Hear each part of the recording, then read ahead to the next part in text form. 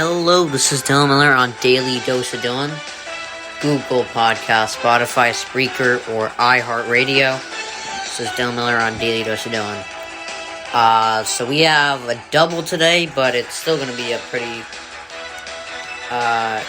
short podcast, but we are going to start off with what would have been yesterday's podcast. Alright. So, this is barring anything that has happened since, Wednesday. Alright. Or, what is it? Yeah, Wednesday. So the Suns were up 1-0. And, the point I was going to make was, when teams go down, I don't normally say this is a must-win game for someone. Because there's very few must-win games. I hate saying in the regular season. Unless you're fighting for a playoff spot, it's not a must-win in the regular season. But in the playoffs, there are must-wins. And you can argue that Game 2 yesterday wasn't... it was a must-win for the Bucks.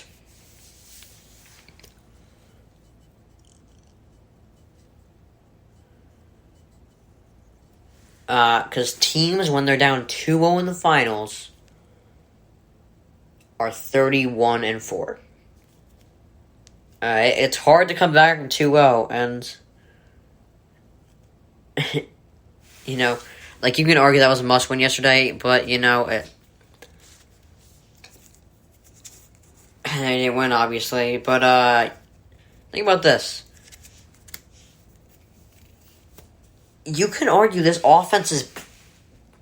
Some of the players on this offense did better without Giannis. Holiday averaged 26. Without Giannis. With Giannis, he averages 16. And in the last two games, games 1 and 2, 27 points on 11 for 35 shooting. So how do you make Giannis work? Obviously they're not better. I'm not saying the team as a whole is better without Giannis, without their star player. That doesn't make sense. But a couple players are just better, without him. But, you just got to make adjustments. And that's something Coach Budenholzer doesn't do. And honestly, one thing they can't do is they got to get ahead early, because when the Suns have a double-digit lead at any point in the game, they're 12-0 in those games in the playoffs.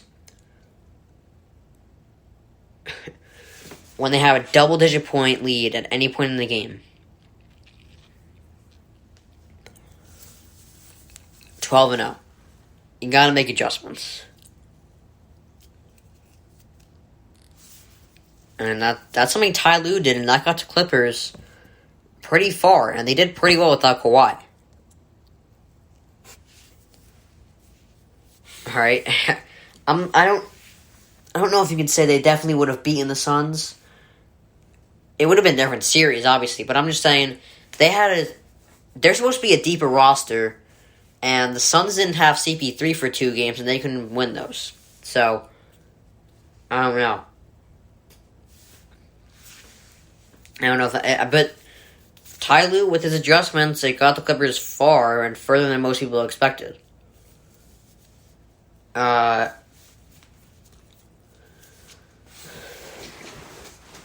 Budenholzer, I don't really trust Budenholzer. I was patient with him for a bit, then I'm just, He has to make adjustments. Have you seen some of his locker room speeches? They're just not...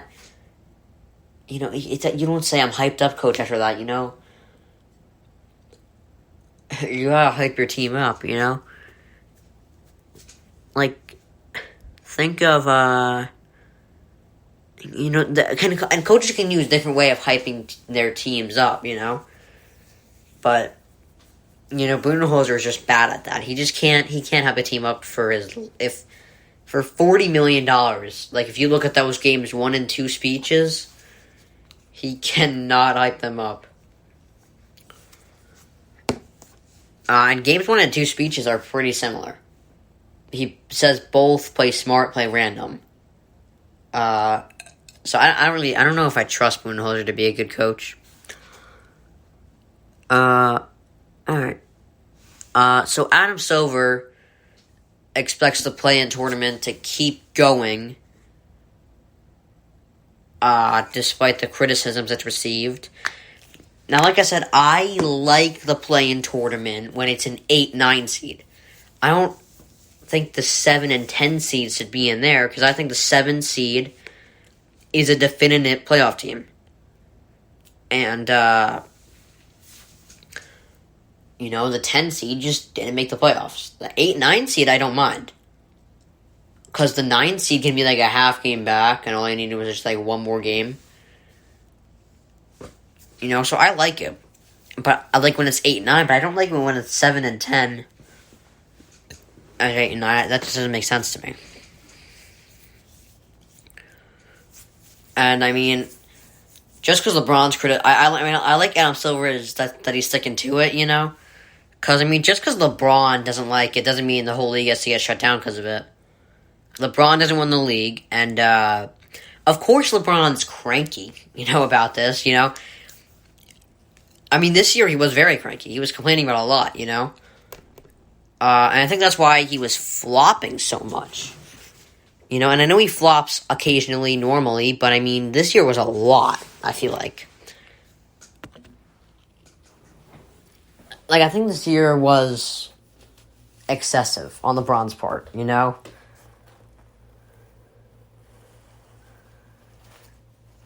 that was ridiculous for him. That didn't even make sense. But, of course he was a little cranky this year. The season started up faster than he expected. He had to deal with a condensed schedule and playing every other night. And, when you're 36, that's just not something you can do. No matter how athletic and freakish you are, like LeBron. It's still hard to play at 36. Especially when AD was injured and LeBron was playing, 35 to 40 minutes a night. That's not easy to do at age 36.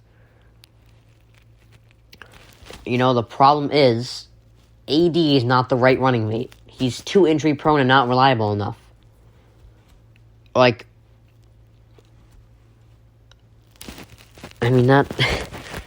That's why, if LeBron's looking for a ring, LeBron has always been good at, not caring what other people think, with the decision, and, just, because LeBron knows, all LeBron wants to do is win a championship. He doesn't care how he gets there, he just wants to win it. And and the only way you can win a championship is if you're adjusting to, what the league is. LeBron, once he saw Curry knocking down the three-point shot, that's what he developed. Obviously, he's not the best three-point shooter in the league, but he developed it. And, you can argue that LeBron made the first big move of leaving Cleveland and going to a super team. But, I don't think LeBron cared about recruiting players until KD went to Golden State and made an unstoppable force. So, LeBron, when he got AD, I think he should try to get Damian Lillard, because Damian Lillard is hardly ever injured. He's injured a couple times, but he's hardly injured. Not as much as AD. He's a lot more reliable.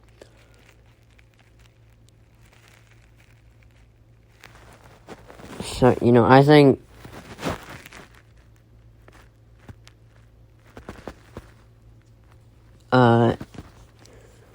he picked the wrong running mate, and he's cranky about that, and his running mate was injured, and he was playing too many minutes. And it was a condensed schedule, so what I respect is that LeBron never did load management. He didn't really miss any games until that damn ankle injury.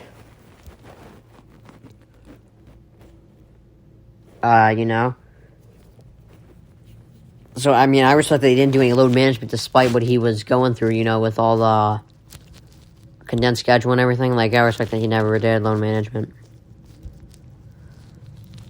Alright, so I'm going to play a game later. And it's gonna be, I'm not gonna do it yet. It's going to be, quarterback versus quarterback. And I'm gonna go through the quarterback situations where it's like, with teams like the Broncos who are choosing between Locke or Bridgewater, And I'll make the choices if I were the GM. But first, I'm going to talk about CB3's legacy. That's the conversation right now. What is this finals going to mean for CB3's legacy? Some people are saying, it was an easy path to the finals. You got to put an asterisk on this. No, injuries happen. And this year, it was evident, because of the condensed schedule and shortened off season, it would come down to health.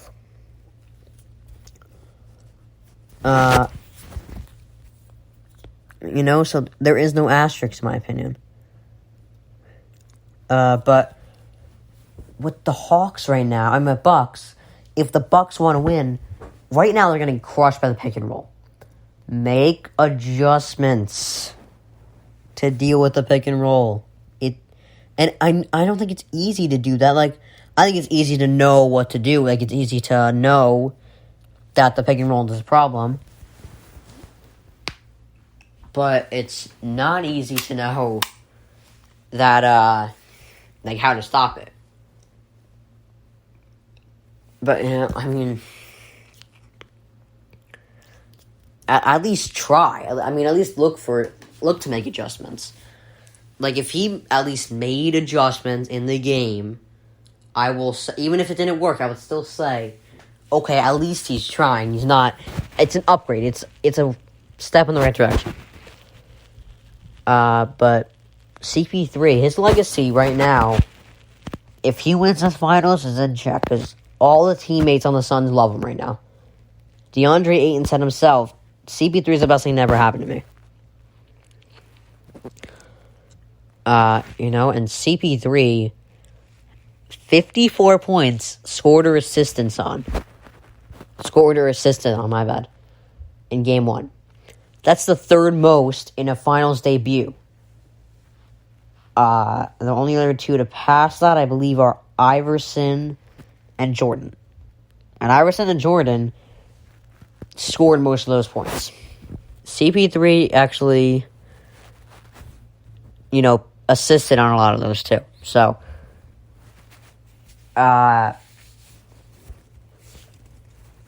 obviously two different approaches that both worked. But, honestly, the Bucks can still win this if they just make adjustments and contain the pick and roll.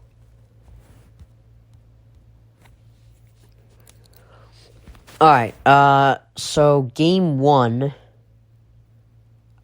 was yesterday, and Budenholzer was, I've been criticizing Budenholzer for a bit now, but one thing I did like that he did was he had a pretty good response where he kind of complained without complaining.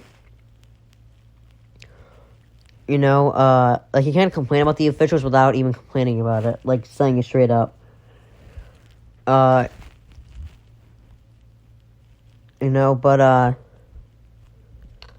was a great response, and they really, Mike, if you don't want them calling all those fouls, adjust your defensive scheme to make it less.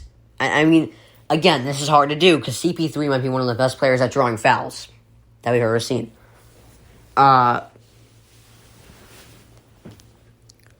But you just gotta adjust, at least try to move stuff around to make it easier,